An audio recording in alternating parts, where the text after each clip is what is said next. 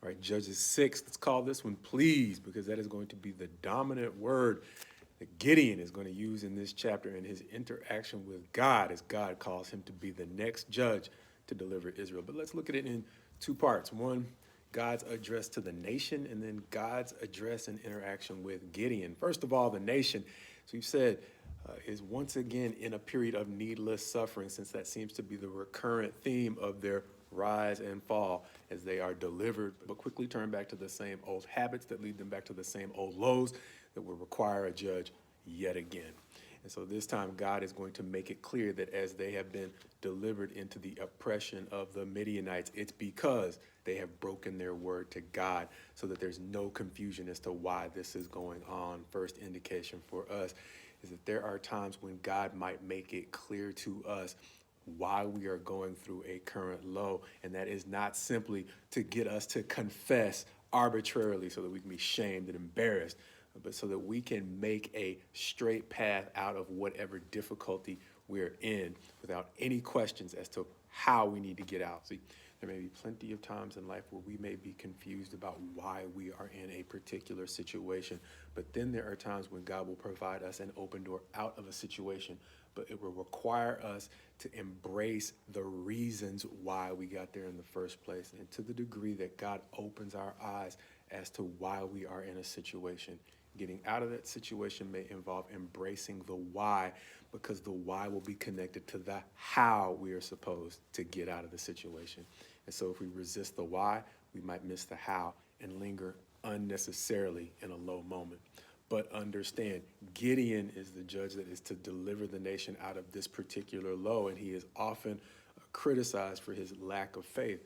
But for whatever reason, I can identify with Gideon because I am often reluctant and confused as to which way to go. And the thing I like about Gideon is not only does he humbly ask God to confirm that the voice he's hearing is from God and not from his own either anxieties, ambitions, or just some kind of pressure that he might be feeling from another place. Because as God gives him an indication that convinces Gideon, even though Gideon is not completely convinced, he is willing to move forward in the absence of complete conviction. And so as God gives him encouragement, he simply takes the next step. And God is patient to encourage him at each step of the way. Because after the first proof that God offers him, Gideon takes a bold step, even though he takes it at night, because it's actually going to risk his life, as we mentioned. The first thing he's going to have to overcome are the people of God, who become so emotionally invested in doing things their way that getting them to go a different route is actually going to be dangerous for Gideon. So before he can even become a hero, he's got to survive his own folks. But once he overcomes that hurdle and survives that obstacle, once again, he asks God, please show me a sign that this next step that I'm seeing is really the way that I'm supposed to go. And that's going to carry on to the end of the chapter as he begins to rally the nation to take action against the Midianites on God's behalf. And God continues to give him signs. This time, the more famous sign of the fleece, interchanging the times in which he asked God to put dew just on the fleece and not on the ground, and then just on the ground and not on the fleece, so that he can be absolutely sure that this miracle is coming from God and not anything that he could manufacture out of his own imagination.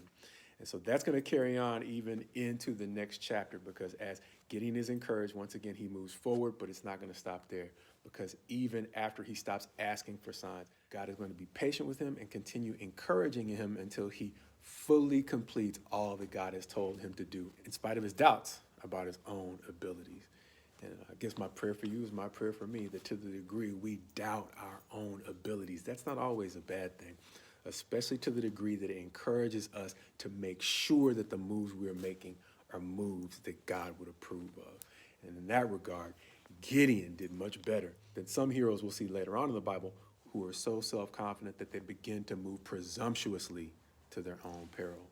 But as for now, my prayer for you is my prayer for me. To the degree we have reluctance or doubts about the way in which God would have us move forward, we do what one of my favorite artists says: we turn that negative into a positive and use that as motivation to consult God diligently in the ways that we should go. Once again, as we often say from the book of James, if any of you lacks wisdom, and we do, consult God, who gives it generously.